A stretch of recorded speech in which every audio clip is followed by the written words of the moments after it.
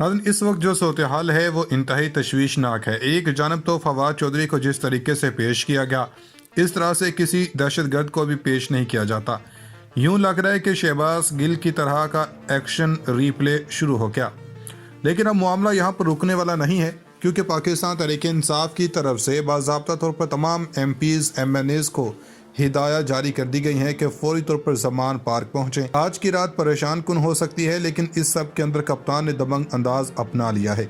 अब कप्तान ने एक बड़े ऑपरेशन की बात भी कर दी है, और ये ऑपरेशन क्लीन अप है, जिसमें पाकिस्तान तहरीक इंसाफ का सफाया किया जाना है। PTI के आप कह सकते हैं कि अपनी तरफ से मनसूबा साजों का मनसूबा है वो तो ये है कि PTI को ख़त्म किया जाए, PTI की सियासी क़ुव्वत को ज़ीरो किया जाए, और इसमें टारगेट इमरान खान है, और इमरान खान है तो PTI है।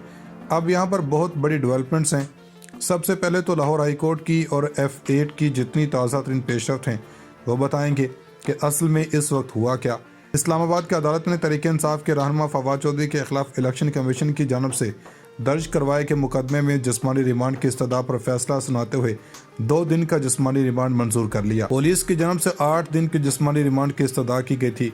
ड्यूटी मजिस्ट्रेट नवीद खान ने फैसला सुनाया।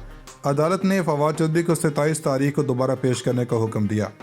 फवाद चौधरी पर इलेक्शन कमीशन को धमकाने का केस दर्ज किया गया। इससे कबल इस्लामाबाद की अदालत में तहरीक इंसाफ के रहनुमा फवाद चौधरी के खिलाफ इलेक्शन कमीशन की जानब से दर्ज करवाए गए मुकदमे की समाअत हुई, जिसमें पुलिस की जानब से 8 रोज़ा जिस्मानी रिमांड की इस्तदा पर ड्यूटी मजिस्ट्रेट नवीद खान ने दलाइल सुनने के बाद फैसला महफूज किया।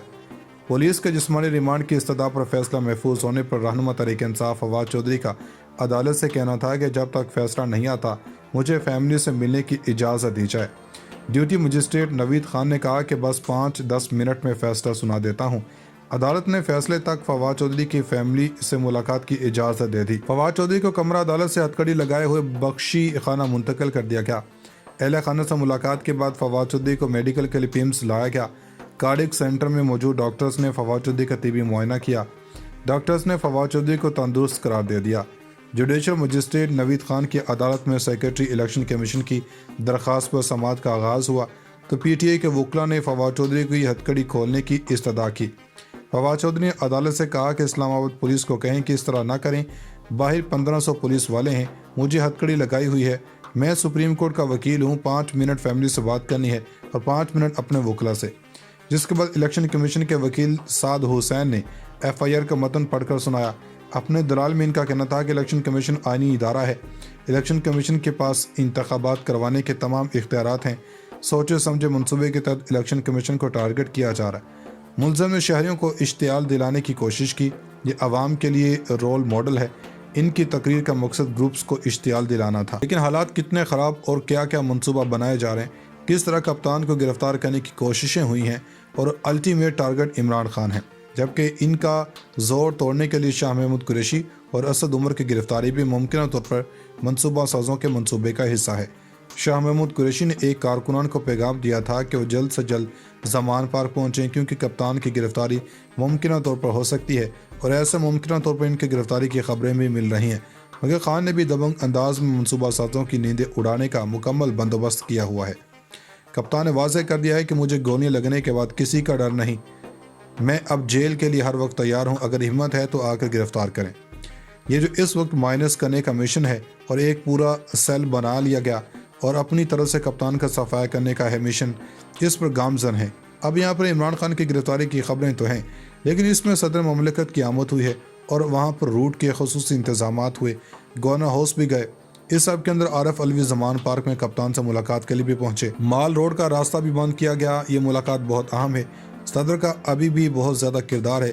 सदर के पास ऑर्डिनेंस जारी करके बहुत से फैसला लेने का इख्तियार होता है।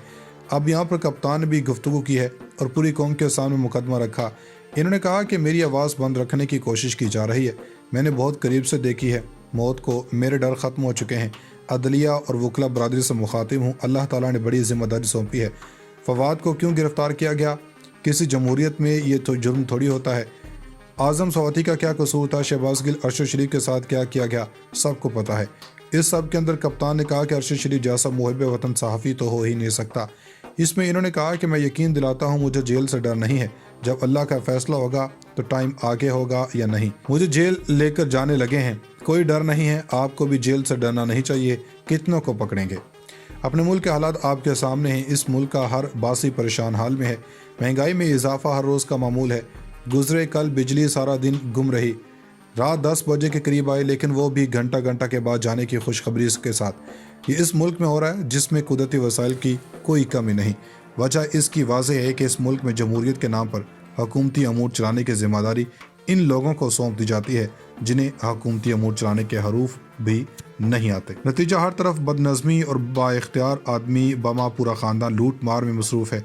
इस मुल्क में ये चलन काफ़ी इस्तेकाम पकड़ चुका है कि इस मुल्क से दौलत लूटने के बाद किसी दूसरे तरक्की याफ्ता मुल्क में ले जाओ, वहाँ अपने ख़ानदान के लिए महल नुमा घर ख़रीदो जहाँ आपका ख़ानदान रहे। बच्चे इस मुल्क के तालीमी इदारों में तालीम हासिल करें और ऐशो इशरत की ज़िंदगी बसर करें। इन्हीं ममालिक में अपने ख़ानदानों के लिए बड़े बड़े कारोबार जमाएं, लेकिन साथ ही अपने मुल्क पाकिस्तान को लूटने का बंदोबस्त भी कायम दायम रहे। आपके सामने है आजकल अपने मुल्क में सियासी इंतशार बुलंदियों को छू रहे। वो सियासी ख़ानदान जो मुल्क की दौलत लूटने के मुख्तलिफ केसेस का सामना कर रहे थे, अब मुख्तलिफ तरीक़ों से अपने खिलाफ सारे केसेस ख़त्म करवा रहे हैं। इस मुल्क की फैक्ट्रियाँ बंद हो रही हैं, बेरोज़गारी तेज़ी से बढ़ रही है। बेरोज़गारी का मंतकी नतीजा जराइम में इजाफा होता है। लाहौर जैसे शहर में दिन दाड़ी डकैतियाँ मामूल बन चुकी हैं। यही मामूल इस मुल्क के हर शहर का हो चुका है। जब अल्लाह का फैसला होगा तो टाइम आगे होगा या नहीं। मुझे जेल लेकर जाने लगे हैं, कोई डर नहीं है, आपको भी जेल से डरना नहीं चाहिए, कितनों को पकड़ेंगे। अपने मुल्क के हालात आपके सामने हैं। इस मुल्क का हर बासी परेशान हाल में है। महंगाई में इजाफा हर रोज़ का मामूल है। गुजरे कल बिजली सारा दिन गुम रही, रात 10 बजे के करीब आई, लेकिन वो भी घंटा घंटा के बाद जाने की खुशखबरी के साथ। ये इस मुल्क में हो रहा है जिसमें कुदरती वसाइल की कोई कमी नहीं। वजह इसकी वाज़ेह है कि इस मुल्क में जमहूरियत के नाम पर हुकूमती अमूर चलाने की जिम्मेदारी इन लोगों को सौंप दी जाती है जिन्हें हुकूमती अमूर चलाने के हरूफ भी नहीं आते। नतीजा हर तरफ बदनज़मी और बाइख्तियार आदमी बमा पूरा ख़ानदान लूट मार में मसरूफ़ है। इस मुल्क में ये चलन काफ़ी इस्तेकाम पकड़ चुका है कि इस मुल्क से दौलत लूटने के बाद किसी दूसरे तरक्की याफ्ता मुल्क में ले जाओ, वहाँ अपने ख़ानदान के लिए महल नुमा घर ख़रीदो जहाँ आपका ख़ानदान रहे। बच्चे इस मुल्क के तालीमी इदारों में तालीम हासिल करें और ऐशो इशरत की ज़िंदगी बसर करें। इन्हीं ममालिक में अपने ख़ानदानों के लिए बड़े बड़े कारोबार जमाएं, लेकिन साथ ही अपने मुल्क पाकिस्तान को लूटने का बंदोबस्त भी कायम दायम रहे। आपके सामने है आजकल अपने मुल्क में सियासी इंतशार बुलंदियों को छू रहे। वो सियासी ख़ानदान जो मुल्क की दौलत लूटने के मुख्तलिफ केसेस का सामना कर रहे थे, अब मुख्तलिफ तरीक़ों से अपने खिलाफ सारे केसेस ख़त्म करवा रहे हैं। इस मुल्क की फैक्ट्रियाँ बंद हो रही हैं, बेरोज़गारी तेज़ी से बढ़ रही है। बेरोज़गारी का मंतकी नतीजा जराइम में इजाफा होता है। लाहौर जैसे शहर में दिन दाड़ी डकैतियाँ मामूल बन चुकी हैं। यही मामूल इस मुल्क के हर शहर का हो चुका है।